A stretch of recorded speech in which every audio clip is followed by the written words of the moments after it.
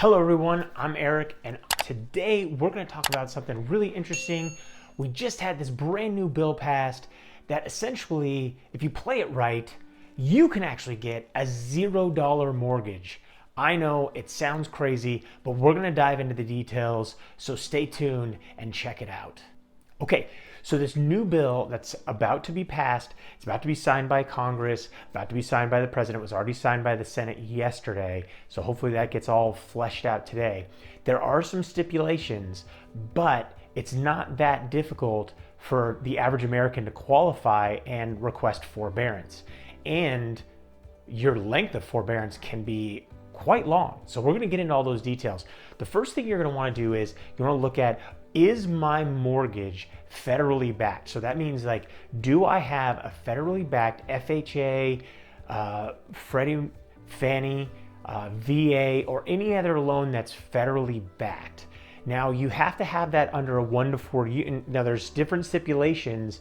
If you have 1 to 4 unit, meaning a single family home, a duplex, a triplex, a quad, or if you have 5+, meaning like multifamily, large apartment complexes, stuff like that. For both, the loan has to be federally backed, but there are some different stipulations, and we're going to break those down. Let's start on the 1 to 4 side. The stipulations basically state that you have to be able to say that you have a direct or indirect consequences from this COVID-19 stuff that's going on that's causing you hardship. But what's crazy about that is all you have to do is affirm this. You don't have to document it. You just have to basically state, I'm having a hardship based upon the situation that's going on. I need forbearance. Now, here's the real kicker. You can actually get forbearance for up to 120 days. And if after those 4 months you are still having problems or you're still having hardships, you can request an additional 4 months of forbearance, an additional 120 days. So you can essentially get up to 8 months of total forbearance, meaning that you don't have to make your payment. Now with that, you still have interest that's compiling on that, but you're paying nothing over the course of those 8 months, and the bank, based on the ruling or based on the language in the bill, states that the bank cannot charge you fees. Additionally, they cannot report you negatively to the credit bureau. Now, don't just stop making your payments. Reach out to your bank, talk to your bank, and make sure that they get you enrolled in their forbearance program before you just basically state, I'm going to stop paying my mortgage, blah, blah, blah, blah, blah. Now, that's the crazy part of this is you just have to affirm. So we don't know exactly like what you have to affirm, but you have to state, you know what, I have this problem. I can't make my mortgage. I need forbearance. I bought all this toilet paper, so I'm out of money. Whatever it may be, you just have to affirm that, and the bank is supposed to be giving you that forbearance. Now, on the multifamily side, things are a little bit different.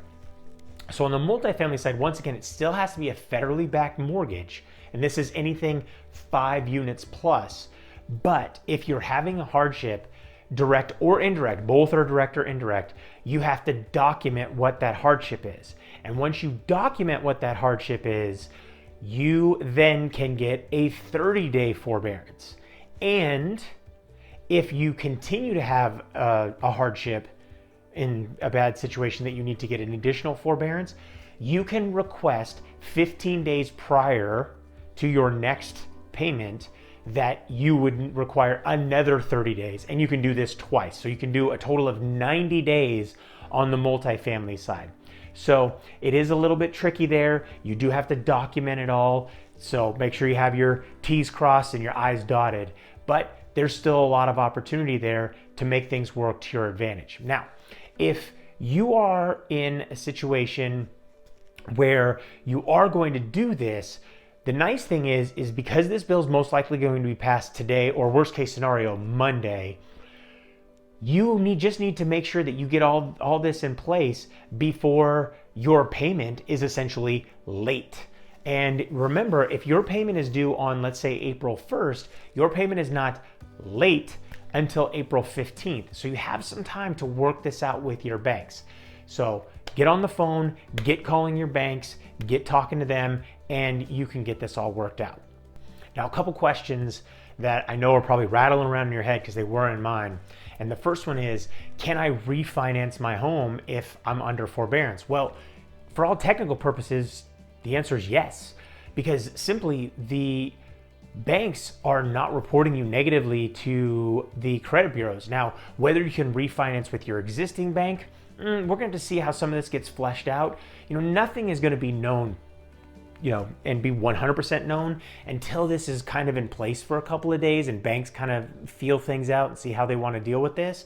But if you do go to another bank and they look at and they say, oh, well, you're all current on your payments and you don't have anything negative on your credit report, you seem like a good candidate for us to refinance your house, it seems like you should be able to do that. So that's definitely a possibility.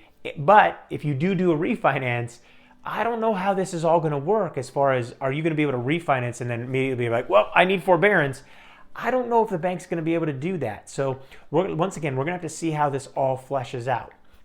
Another question is, if the bank cannot actually say that I'm negative or report anything negative to the credit bureaus, how does that work if I'm already late? So if you're already late on your payments and the bank is reporting you to the credit bureaus, they can continue to report you as being late. So what you want to do is you want to make sure, get your payments caught up, get yourself current, then request forbearance, and then you can go ahead and start being late. Once again, make sure you have this documented from the bank that you are in their forbearance program before you just stop making your payments and say, screw it, I'm in forbearance, blah, blah, blah, blah, blah, blah. And then you think you're going to be okay. Because if you do that, you're most likely not going to be okay. Okay, now the difficulty is that right now we pay a mortgage, but then we also have other things like insurance and taxes and stuff of that nature. Now, for most of us, what happens is we pay a lump sum in our mortgage that includes our insurance and our taxes, and then that goes into an escrow account. And then when those things are due, that escrow account actually pays our insurance or pays our property taxes. But if you hold everything back and you don't pay that in a lump sum, I actually called my county, which is Los Angeles County, and asked, will there be any sort of forbearance or will there be any sort of break? They told me that that's actually defined by the state. It does sound like certain counties are working with people, but at the same time, I would highly recommend continue to pay your insurance. One, you want to have insurance on your house. That is super important, especially if it's a rental. And two, continue to pay your property taxes, because the simple fact of the matter is that even if you don't, or if you decide not to pay that, you're going to have what's called a shortage. So eventually you're going to have to pay that anyways, and there can be penalties and fees. Now, once again, a lot of this stuff is still being fleshed out, but pay your property taxes, pay your insurance. Unfortunately, that's not one that we're seeing a lot of leeway on. Some insurance companies are reaching out. I think I got an email recently that said that my insurance company will work with people. But you know what? Pick up the phone, have the conversation. That is the best way to go and figure out what's available to you. Now, on the rental property side of things, this bill makes it to where if you get forbearance, you are not allowed to evict anyone. But that doesn't mean you can't work with your tenants. So if you are getting forbearance, don't be that jackhole that takes and says, oh, time to raise the rent or this, because I'm going to take and get forbearance for 8 months. I'm not going to have to pay anything, and you're going to have to pay me a bunch of money. No, come on. Work with tenants. They're going through the same crap that you're going through, or whatever. So work with your tenants. And if you are a tenant, highly, highly recommend, if you're dealing with any of these issues, reach out to your landlord. Talk to them. Work something out. You know what? If you can afford, let's say, a portion of your rent, reach out and say, hey, I can afford a portion of it. Will you work with me on this? Start low, meet somewhere in the middle, and everybody's kind of happy. Because guess what? That landlord, like we just talked about, they may get forbearance on their mortgage, but they're not getting forbearance on their property taxes, their insurance, the maintenance around the house that maybe that you're getting done, whether it be the lawn guy or the pool guy or whatever it may be. So they still have to pay those things. Those things still have to be paid. Work something out. And then as far as, payback at the end, there's plethora of different options.